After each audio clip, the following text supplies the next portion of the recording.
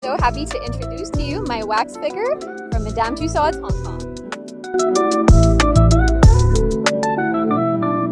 So proud naman si Anne sa kanyang napakagandang wax figure.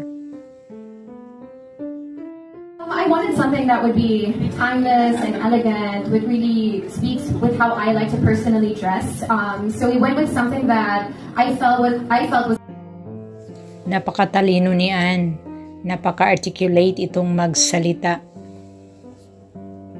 iconic moment for me. It was my first comeback into the fashion industry when I did a trip with my Tiffany family. That's right. And that's where we decided to go with this look.